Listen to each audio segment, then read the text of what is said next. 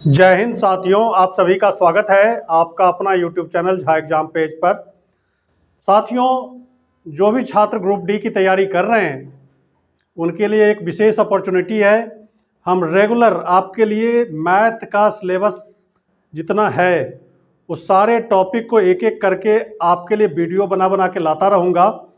तो ज़रूरत ये है कि आप झा एग्ज़ाम चैनल को आप सब्सक्राइब कर लें और ग्रुप डी की तैयारी यदि आप करते हैं तो लग जाइए, मैं आपके साथ खड़ा हूँ।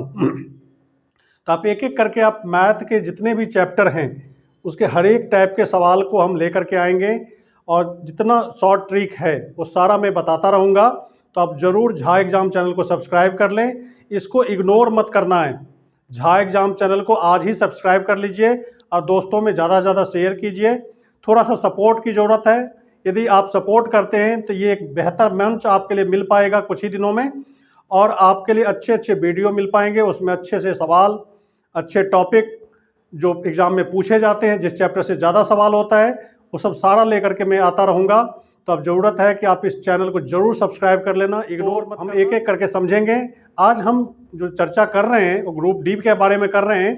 ग्रुप डी में किस तरह के क्वेश्चन रहते हैं, क्या क्या सिलेबस है, मैथ के किस तरह के क्वेश्चन बनेंगे और किस चैप्टर से कितना क्वेश्चन रहेगा, ये सारा चीज़ हम डिस्क्राइब करेंगे इस वीडियो में। तो आप इसको समझिए। तो सबसे पहले हम मैथ रेलवे ग्रुप डी की बात करेंगे। तो जो वैकेंसी अभी आने वाली है जनवरी में, उसके लिए आपके लिए क्वेश्चन किस तरह का रहेगा। इसमें मैथ के 25 क्वेश्चन रहेंगे। उसमें मैथ के कितने क्वेश्चन रहेंगे? 25 क्वेश्चन रहेंगे और 25 मार्क्स का। इसका मतलब हर एक क्वेश्चन एक एक मार्क्स के रहेंगे।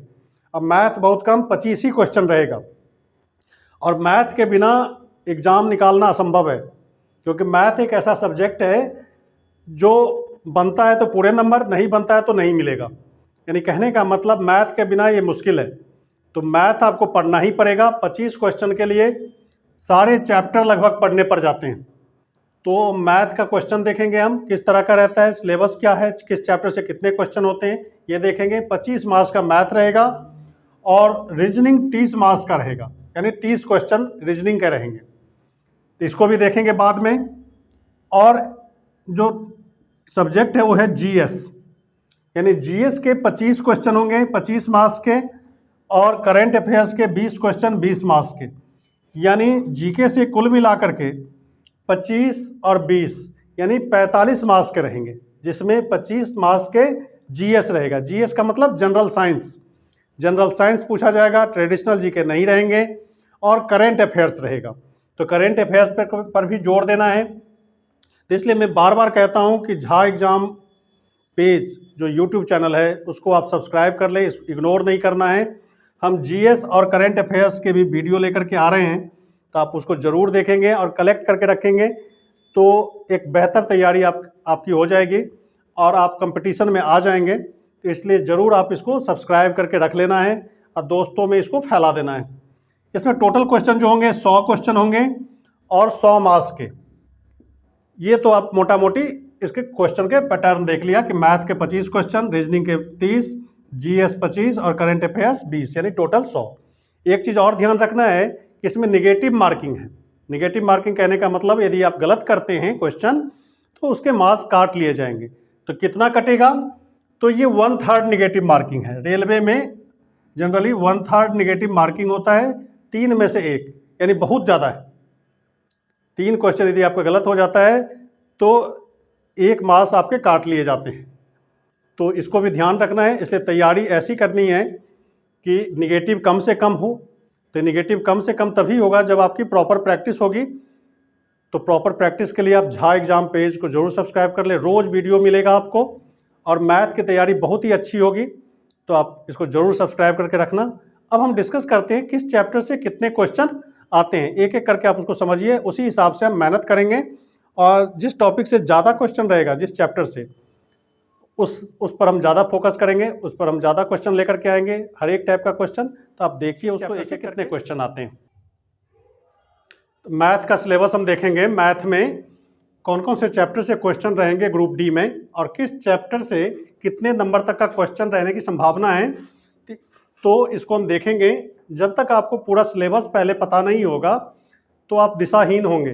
आपको पता ही नहीं रहेगा कितना पढ़ना है, कौन से चैप्टर से कितने क्वेश्चन आते हैं, किस चैप्टर पर कितना फोकस करना है। तो हम एक एक करके देखेंगे। तो ये सारे वही चैप्टर हैं जो जनरली बच्चे तैयारी करते हैं, तो यही चैप्टर मिलते हैं।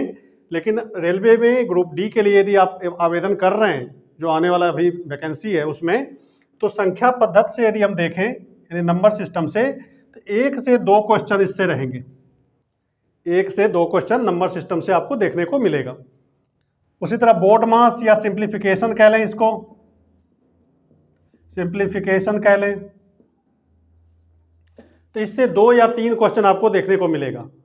यानी बोर्ड मास का भागा गुणजोड़ घटा वाला जो चैप्टर है, यानी किसको पहले सॉल्व करते हैं, प्लस को माइनस, डिवाइड, एलसीएम, एचसीएफ, जो ही होता है एक रूल के तहत बोर्ड मास, जैसे ब्रैकेट का, डिवाइड का, मल्टीप्लिकेशन का, ये सब चीज़ आप जो सॉल्व करते हो बोर्ड मास के अंतर्गत आएगा। तो इससे 2 या 3 क्वेश्चन रहेगा, मतलब सिंप्लीफिकेशन वाला चीज़ रहेगा 2 से 3 नंबर का, सरलीकरण जिसको कहते हैं। फिर डेसिमल फ्रैक्शन से, दशमलव और भिन्न पर आधारित क्वेश्चन, 1 से 2 क्वेश्चन इस चैप्टर से रह सकते हैं ग्रुप डी में, तो इसको भी फोकस करना है। एवरेज से 1 या 2 क्वेश्चन, औसत से 1 या 2 क्वेश्चन, एक भी रह सकता है, नहीं तो हो सकता है इधर से क्वेश्चन कम कर दिया, इसी से 2 क्वेश्चन दे दिया। परसेंटेज इंपॉर्टेंट है, 2 से 3 क्वेश्चन परसेंटेज से रहेंगे, तो परसेंटेज पे फोकस करना है। या तो 2 क्वेश्चन रहेगा या तो 3 क्वेश्चन रह सकते हैं परसेंटेज से। और इसका क्वेश्चन का लेवल होता है बहुत ही छोटा होता है, मतलब बहुत ही हल्के लेवल का क्वेश्चन होगा मैथ का, ज़्यादा टफ नहीं होता है। मेन होता है कि 100 क्वेश्चन को बना करके आपको इसमें आना होता है, रैंक में आना होता है। तो 100 क्वेश्चन बनाने के लिए कम समय दिया हुआ रहेगा, तो निश्चित रूप से आपको प्रैक्टिस की ज़रूरत पड़ेगी। तो ज़्यादा प्रैक्टिस करेंगे तो आप आराम से कर सकते हैं।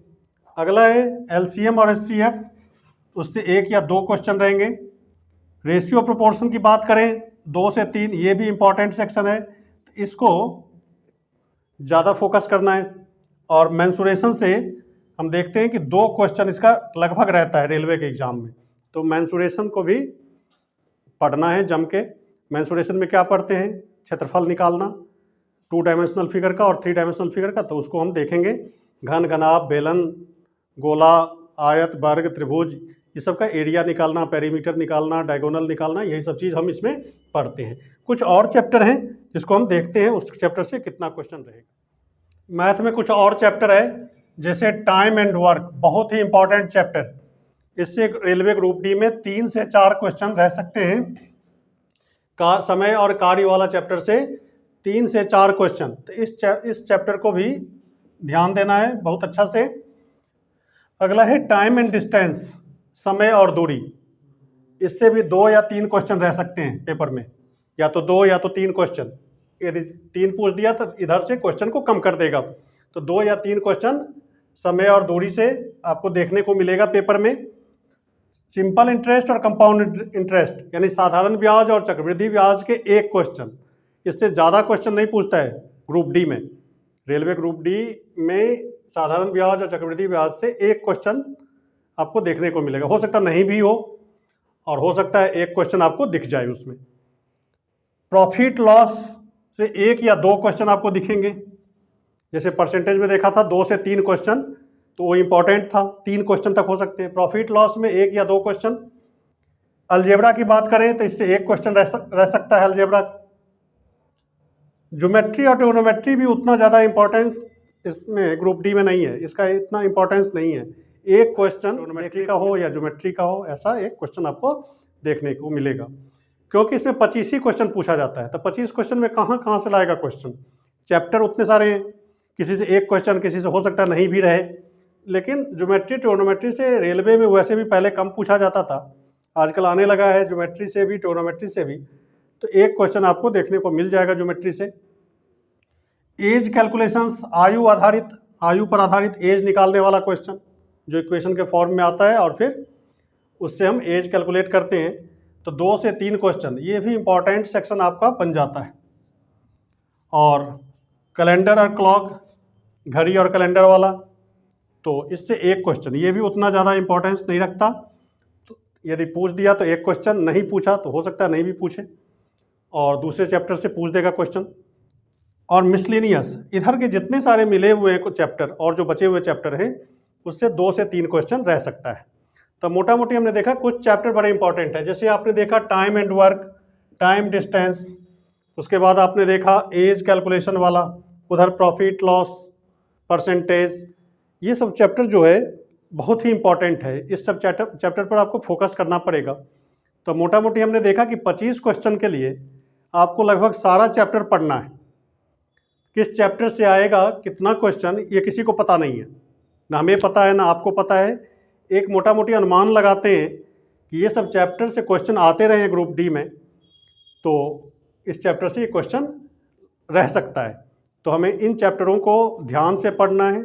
जो क्वेश्चन आपको नहीं, जिसका कंसेप्ट क्लियर है, जिस क्वेश्चन का, जिस टाइप के क्वेश्चन का, तो आप झा एग्जाम पेज चैनल को ज़रूर सब्सक्राइब कर लें। हम इस पर रोज़ वीडियो डाल रहे हैं, टॉपिक वाइज, चैप्टर वाइज, और हर एक टाइप के क्वेश्चन डाल रहे हैं। तो आप इसको ज़रूर सब्सक्राइब कर लें और इसे इग्नोर मत करना। अभी हमें थोड़ा सा सपोर्ट की ज़रूरत है, आपको एक बेहतर मंच मिल पाएगा, तो आप ज़रूर देखिए और ग्रुप डी की तैयारी कीजिए। और इसमें इस बार 32,000 33,000 के आसपास सीट है और बढ़ भी सकता है ये सीट, अभी वैकेंसी आई नहीं है, आने वाली है। तो तैयारी आप शुरू कर दीजिए। इसका एग्ज़ाम 5-6 महीने के बाद ही होगा, तो तब तक आपकी तैयारी भी बेहतर हो जाएगी और आपका सिलेक्शन हो जाएगा। तो ये इसी शुभकामना के साथ कि आप लोग तैयारी में जुट गए होंगे और चैनल को ज़रूर सब्सक्राइब कर लेना। हम अगले वीडियो में फिर मिलते हैं कुछ नई चीज़ों के साथ। धन्यवाद।